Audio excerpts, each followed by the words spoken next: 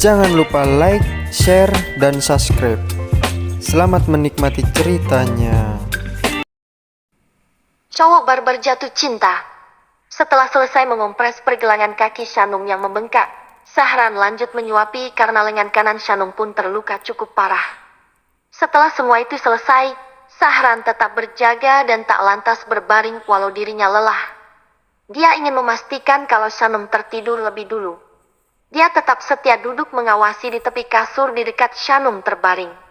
"Tidurlah," kata Sahran lalu mengelus kepala Shanung dengan lembut. Shanung tak berhenti mesam-mesem sejak tadi sebab diperlakukan dengan sangat istimewa oleh Sahran. "Makasih ya, Bang."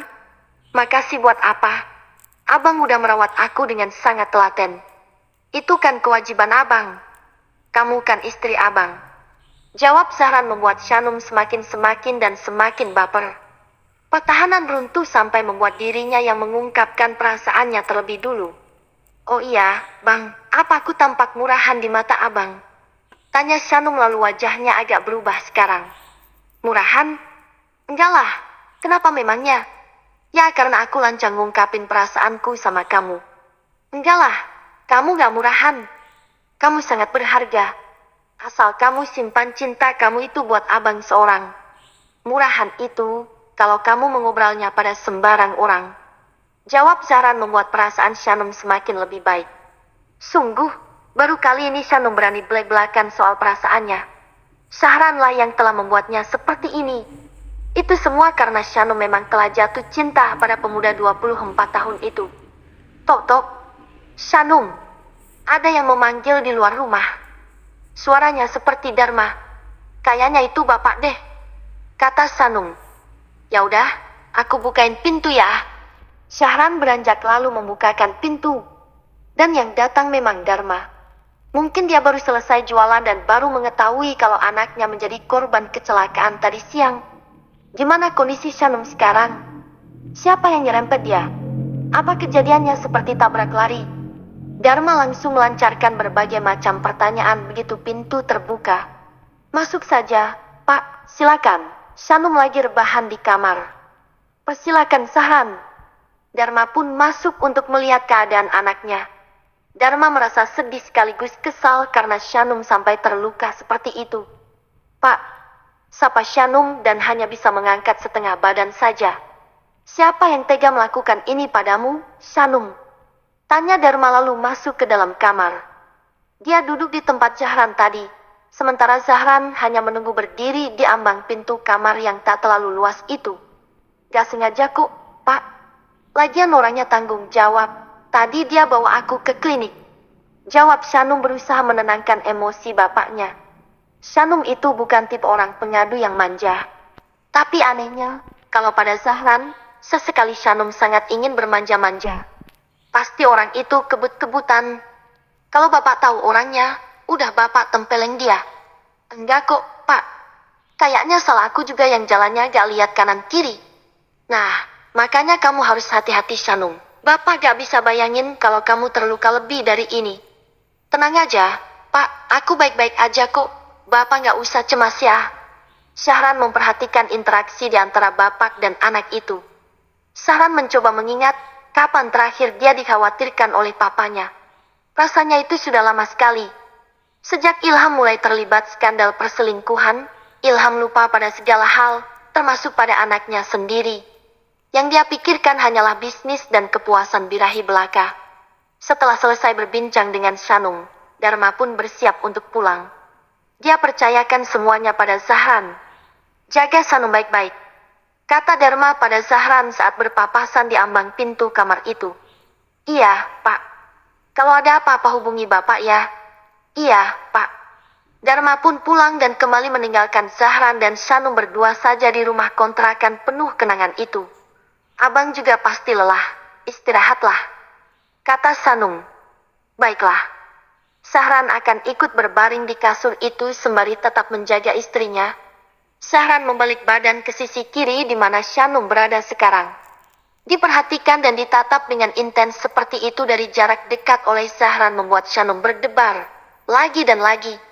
Apalagi mereka sudah mengetahui perasaan mereka masing-masing. Bahkan mereka sudah memutuskan untuk meneruskan pernikahan mereka. Rasanya seperti baru jadian saja. Jika kebanyakan hubungan lumrahnya pacaran dulu, lalu menikah. Beda dengan Shanung dan Zahran yang seperti pacaran setelah menikah. Secepatnya abang akan mengesahkan pernikahan ini secara hukum juga. Kamu akan memakai gaun pengantin impian kamu. Kita adakan pestanya di sebuah gedung atau di sebuah resort di pulau tropis. Kita juga akan mencetak undangan untuk orang-orang yang akan kita undang. Ucapan Zahran membuat Shanung terharu. Benarkah, Bang? Kamu maunya begitu, kan? Iya sih, tapi inti dari semuanya adalah aku menikah sekali seumur hidup. Kamu adalah mulanya, maka aku juga mau kamu jadi yang terakhir. Zahran menatap semakin lekat. Alis yang berbaris rapi secara alami, pupil mata yang cemerlang, hidung mancung, bibir ranum, ada sedikit bulu halus di atas bibir, pipi yang agak cubi, putih mulus dan dagu yang lancip. Wajah Shanung sangat presisi jika diperhatikan lamat-lamat. Shanung pun tergoda untuk menatap wajah Zahran. Wajah yang tampan dengan rahang yang tegas. Dia memiliki hesa ais yang sangat dalam sehingga saat menatap, maka akan mudah tenggelam dan terbius. Good night, kiss. Zahran meninggalkan sebuah kecupan manis di kening Shanung. Dia harus menahan diri lebih lama jika ingin yang lebih dari itu karena saat ini istrinya sedang cedera. Tak etis rasanya kalau Zahran minta dilayani saat istrinya sedang sakit begini. Walaupun sesuatu di balik celana tiba-tiba menegang dan mengeras minta diajak bermain-main. Dalam suasana hati yang nyaman dan berbunga, Shanung pun memejamkan matanya dan merasa tak mengkhawatirkan untuk hari esok dan hari-hari berikutnya. Separuh hati Zahran sudah berhasil ia miliki. Zahran bingung. Dirinya harus tetap bekerja tapi tak tega meninggalkan Shanung sendiri. Bagaimana kalau dia mau makan? Atau minum? Apa pergi ke kamar kecil? Ya apa-apa, abang ke bengkel aja. Bang Derry sama Bang Yaris pasti kewalahan kalau nggak ada abang. Kata Shanung. Terus kamu? Aku udah cat Mirna sama Aira. Dia teman-temanku, mereka akan nemenin aku di sini. Bang. Jawabnya. Oh syukurlah. Shanung. Assalamualaikum. Baru juga dibicarakan, sepertinya kedua teman Shanung sudah sampai di depan rumah. Nah, itu pasti mereka, kata Shanung. Zahran pun beranjak untuk membukakan pintu. Saat pintu terbuka, Mirna dan Aira sampai terkaget karena yang muncul setelahnya adalah sosok Zahran yang tampan dan gagah yang pesonanya tak mampu dibendung lagi. Masya Allah, kayak baru dibukakan pintu surga aja, ya Allah. Celetuk Aira, dia tak berkedip menatap Zahran. Hus, lebay banget sih. Istighfar lu. Bisik Mirna lalu mencubit pinggang gadis berkerudung itu. Astagfirullah, astagfirullah. Aira langsung nyebut lalu menutup matanya. Zahran hanya mengerutkan dahi dengan tingkah absurd teman istrinya itu. Hai abang ganteng. Sapa Mirna kemudian, dia malah ikut genit setelahnya. Ideh, licik banget kamu, Mir. Giliran Aira yang protes pada Mirna. Kami datang buat jagain Shanung, Bang. Kata Mirna lagi sambil mesambai semenikmati debaran hebat di dalam hatinya. Silakan masuk. Persilakan Zahran. Keduanya rebutan sampai mereka berdua berdesakan di ambang pintu. Ideh, aku duluan, Mir. Gila, gue lah. Lagi-lagi keduanya ribut. Pada salah tingkah ada di hadapan Zahran. Zahran hanya mendengus, geleng-geleng kepala dengan tingkah mereka.